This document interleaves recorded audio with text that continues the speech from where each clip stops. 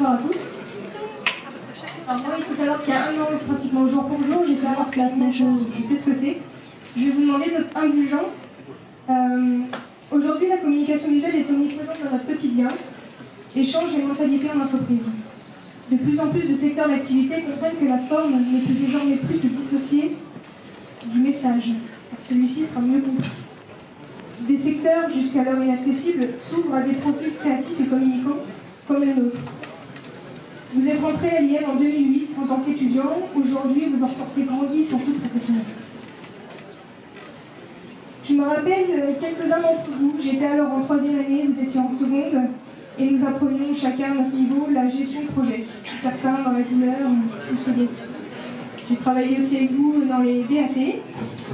C'était ma chef de projet en année 2. Ouais. À l'issue de ces 5 ans, certains choisiront la gestion de projet pure. Et là, l'enseignement technico-graphique reçu à l'UM prendra tout son sens pour orienter et encadrer vos équipes. D'autres préféreront le statut d'artiste, designer, IA, motion designer, avec cette double casquette justement de manager et de créateur. Pour tous, l'apprentissage que nous avons reçu de nos intervenants, des projets, des BAP, des appels d'offres, vous servira de base fertile pour votre carrière. Aujourd'hui, si je devais vous donner quelques conseils, je vous dirais de ne jamais cesser d'apprendre, de vous rappeler d'où vous venez, de vous intéresser, mais aussi de rester vous-même, garder les pieds sur terre et surtout rester créatif. Bravo à tous.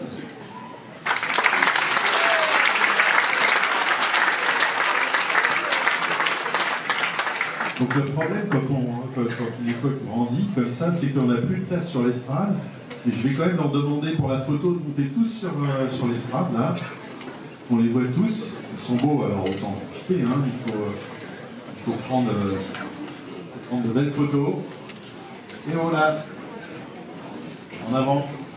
Et je vais appeler Antoine Boulinguez. Ouais. Est-ce qu'il est présent? Il est où? Est-ce qu'il est là, Antoine? Il est là. Et il est là.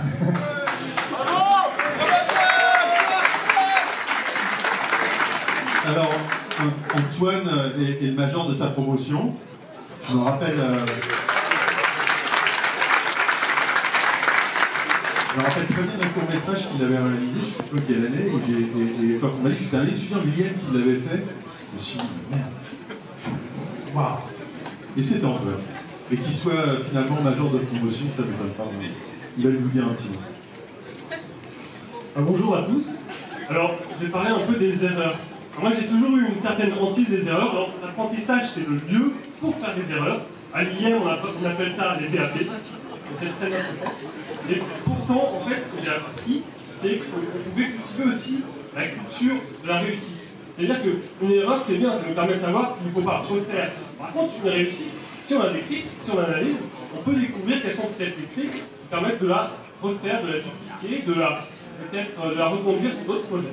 Et c'est ça que j'ai essayé de développer pendant les 5 ans, tout en acceptant des échecs. C'est important, il faut à la fois mêler la réussite et l'échec pour mener à bien les projets et pouvoir ainsi évoluer. Je remercie par la même occasion tout le staff de l'IM et ainsi que tous les étudiants sans qui on n'aurait pas pu faire tant d'erreurs, mais aussi tant de réussite.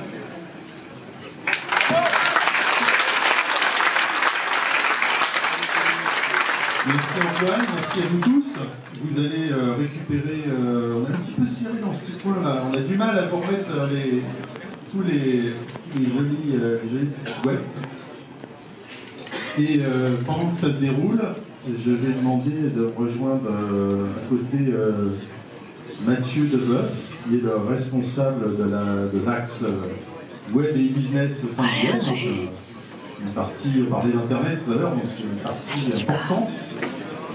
Mathieu a la particularité parmi les responsables de filière au sein de l'IM d'être un ancien de l'école.